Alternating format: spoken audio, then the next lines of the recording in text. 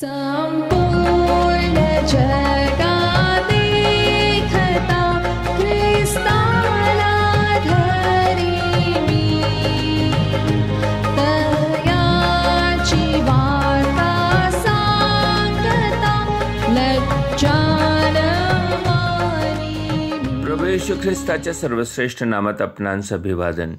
पवित्र शास्त्र बायबलमध्ये मार्क टोच्छ वर्तमानाच्या 15व्या अध्यायातील 43व्या वचनामध्ये असे म्हटले आहे, म्हणून अरिमथाईकर योसेफाने हिंमत धरून पिलाताकडे आत जाऊन येशूचे शरीर मागितले.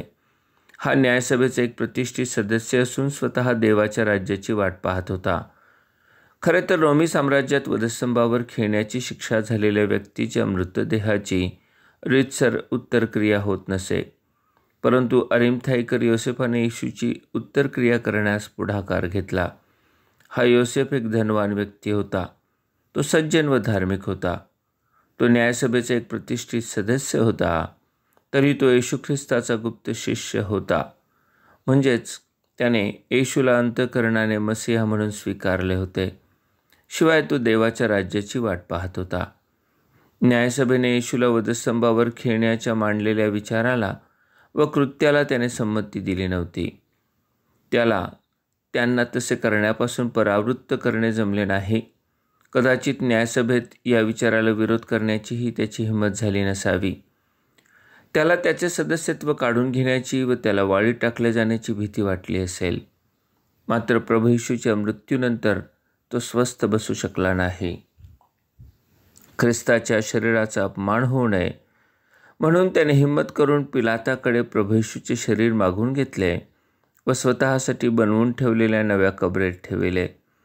या कामी त्याला पूर्वी समाजाच्या भयाने रात्रीच्या अंधारात प्रभूला भेटावयास आलेल्या निकोदेम नावाच्या एका पुरुषाने यहुदीयांच्या रीतीप्रमाणे उत्तरक्रिया करण्यास मदत केली. किती आश्चर्य आहे पहा. दीर्घकाळ प्रभूचे शिष्य म्हणून मिरवणारे एकही शिष्य प्रभूचे शरीर सन्मानाने कबरेत ठेवण्यास धजावला नाही. परंतु दीर्घकाळ उघडपणे प्रभूला स्वीकारण्यास घाबरणाऱ्या योसेफाने व निकोदेमाने प्रभूला कबरेत ठेवून प्रभूचे खरे शिष्य असल्याचे दाखवून दिले. त्यांचे प्रतिफळ मोठे आहे. आपणही अंतःकरणाने प्रभू येशूला आपला वैयक्तिक तारणारा व जीवनाचा प्रभू म्हणून स्वीकारण्यास इच्छुक आहात. परंतु जगाच्या भीतीने उघडपणे त्याला अंगीकारण्यास भीता काय? ख्रिस्ताने म्हटले आहे, जो कोणी माणसांसमोर मला पत्करील त्याला मीही आपल्या स्वर्गातील पित्यासमोर पत्करील.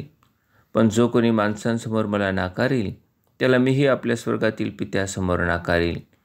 आजच योसेफासारखी हिंमत करून त्याला स्वीकारा, म्हणजे तुम्हाला हे मोठे प्रतिफळ अर्थात स्वर्गीय स्थानातील सार्वकालिक जीवन प्राप्त होईल. तसे करण्यास परमेश्वर आपणास हिंमत देवो. धन्यवाद.